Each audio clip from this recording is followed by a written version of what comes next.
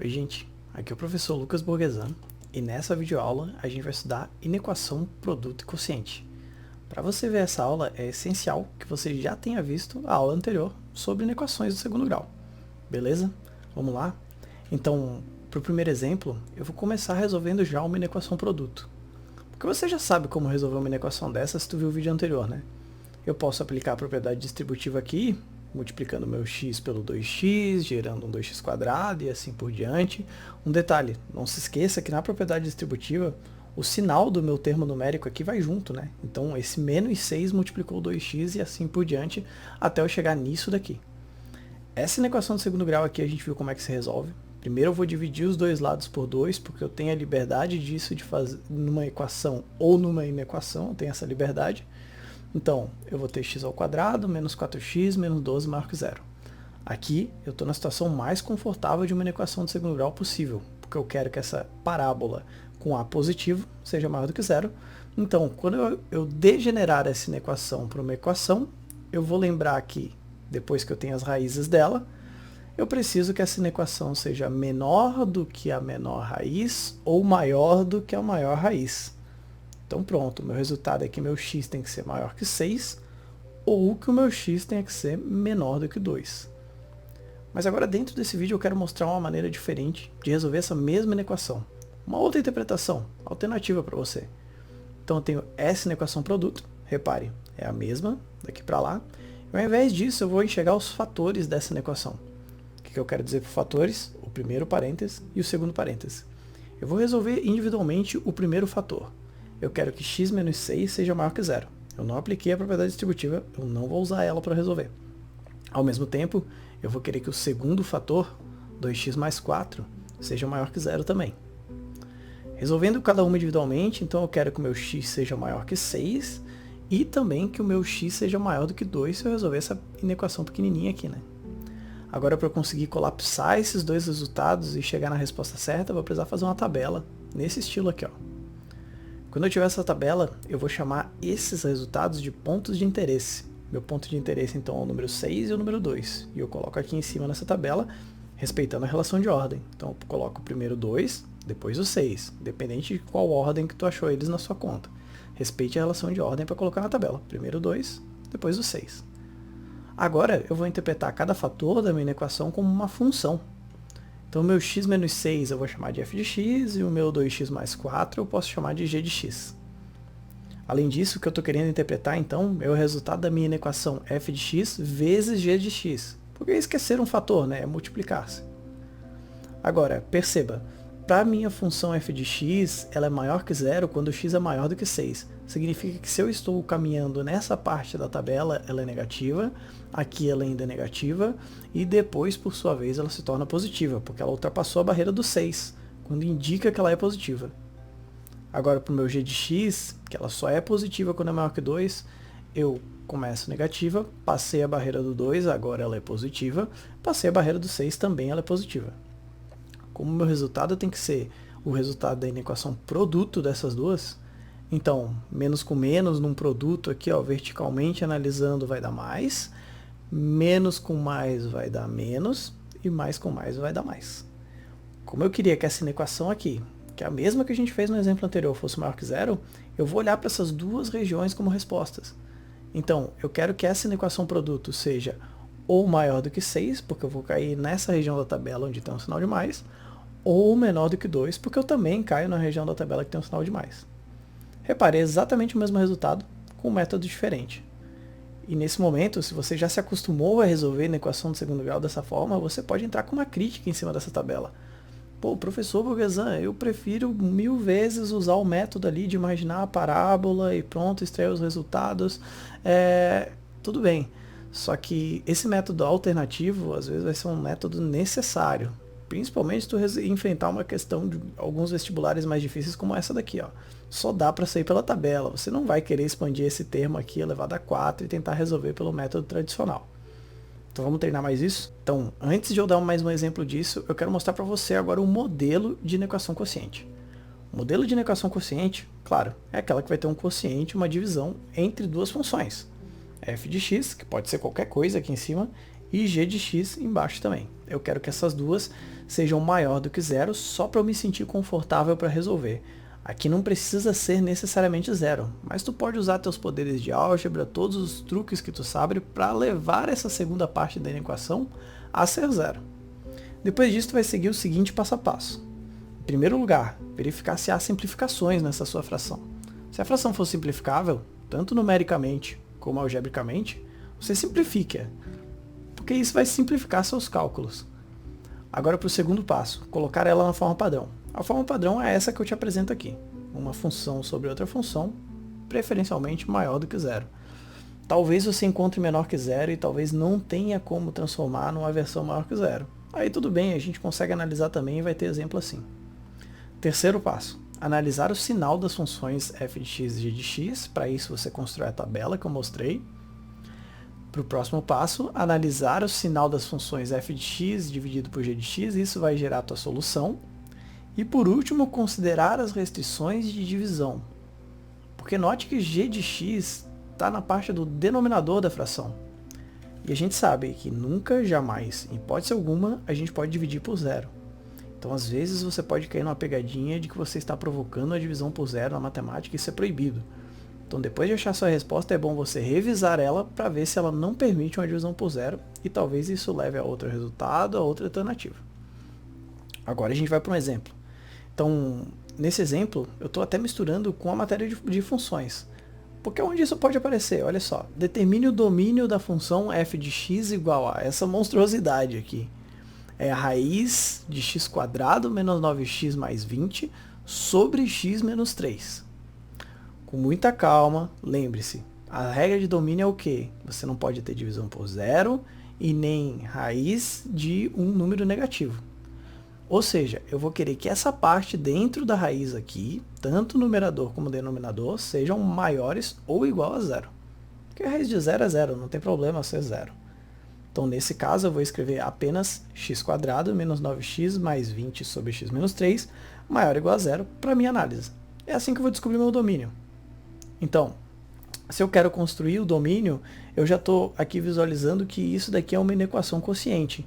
Então, eu posso imaginar que em cima eu tenho a função f de x e embaixo eu tenho a função g de x, certo? Então, a minha função f de x é x² menos 9x mais 20 maior ou igual a zero. F de x é aquela ali de cima, né? E g de x é de baixo, não esquece. E aqui, logo você já conclui que as raízes dela são x1 igual a 4 e x2 igual a 5.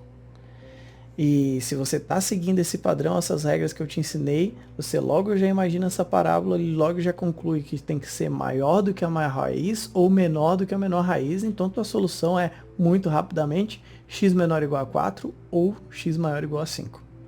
F de x está resolvida, eu vou deixar esse resultado até aqui, agora eu vou analisar o sinal da g de x. Então, a minha função g de x, ela é x menos 3 maior ou igual a zero. Para resolver ela, simplesmente estou tacando 3 para o outro lado aqui e eu tenho x maior ou igual a 3. Agora eu tenho o resultado da minha f de x, o resultado da minha g de x, o próximo passo é levar isso para aquela tabela. Essa tabela agora está grifada um pouco maior. Por quê? Porque eu tenho mais pontos de interesse. Meus pontos de interesse agora, seguindo a relação de ordem, são 3, 4 e 5. As minhas funções são f de x, g de x e f de x dividido por g de x. Muita calma, a gente analisa cada função agora aqui. A minha f de x antes do número 3, será que ela era positiva ou negativa? Aqui está me indicando que ela é positiva quando ela é menor que 4. Então, até ela chegar no 4, ela ainda é positiva. E o outro momento que ela vai ser positiva, a minha função f de x, é quando ela é maior que 5. Ali na tabela eu coloco o sinal de mais depois do 5, então. E entre o 4 e 5, aparentemente, a minha função, minha parábola, ela mergulha, dá para ver nessa ilustração, ela é negativa. Agora, para a análise da g de x, tá fácil, né? Eu sei que ela é positiva quando ela é maior que 3. Então, daqui para cá, na minha tabela, ela é sempre positiva e antes do 3 ela é negativa. Se eu quero analisar agora o sinal da divisão, de novo, mais com menos vai dar menos, mais com mais vai dar mais, menos com mais vai dar menos e mais com mais vai dar mais. Agora, o que eu estou procurando? Eu estou procurando quando que a minha função quociente é maior do que zero. Então, eu quero representar como resposta essa região aqui da minha tabela. Ou seja, quando o x está preso entre o 3 e o 4. E outra região que é uma resposta também é quando o x é maior do que 5. Então, eu vou escrever literalmente assim. com o x preso aqui entre o 3 e o 4, ou x maior ou igual a 5. Repare que eu estou usando o sinal aqui de maior ou igual como herança do meu enunciado, que também pedia com maior ou igual. Ou seja, o domínio da minha função vai ser esse daqui. Repare que um detalhe mudou na minha resposta. Não é o x pertence aos reais, esse é um padrão quando a gente vai determinar um domínio, né? Mas tem algum outro detalhe daqui para cá, o que mudou? Sumiu esse sinal de igual daqui, né? Por quê? Esse era aquele quinto passo. É o passo em que eu preciso me preocupar com a questão da divisão por zero. Eu não poderia permitir no meu domínio que existisse o número 3, porque senão, olha lá no enunciado, o que vai acontecer se o meu x for 3? Vai acontecer uma divisão por zero. Então, mesmo após os meus cálculos, eu excluí na minha resposta isso com o cuidado de que eu não posso fazer uma divisão por zero. Outra maneira de denotar a resposta é com a notação de intervalo, que seria representada então aí dessa forma. Detalhe, o 3 é um parênteses porque eu não posso, né, permitir essa divisão por zero. Beleza? Próximo exemplo agora.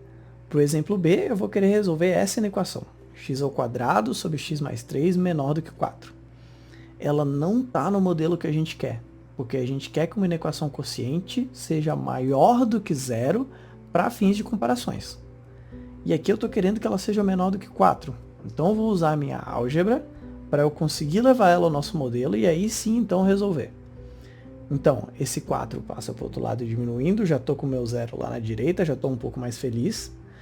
Agora eu vou ter que dar um jeito de transformar isso daqui apenas num quociente. Para isso eu vou usar um truque algébrico que é o seguinte, eu vou colocar um 1 aqui do lado do 4. Então isso aqui é 4 vezes 1. Só que o meu 1 ele é meio esquisito. O meu 1 não está escrito com o algarismo 1. Ele está escrito como x mais 3 sobre x mais 3. Porque x mais 3 sobre x mais 3 é 1, né? Você já vai entender o porquê disso. Por que isso? Agora eu posso aplicar a propriedade distributiva, lembrando novamente que a propriedade distributiva leva o sinal do meu número junto, e lá em cima eu vou ter menos 4x menos 12. Agora, frações com denominadores iguais, a gente soma só os numeradores, né? Então, olha só. Agora eu tenho uma equação quociente no modelo que eu queria, usando álgebra. Professor, quanto trabalho, não era só eu pegar o x mais 3 que estava dividindo e passar multiplicando para lá? Isso não vai dar certo, isso não te leva para a resposta correta. Isso é uma pegadinha fenomenal que muita gente faz e acaba errando esse tipo de equação. Tem que ser esse procedimento, tá?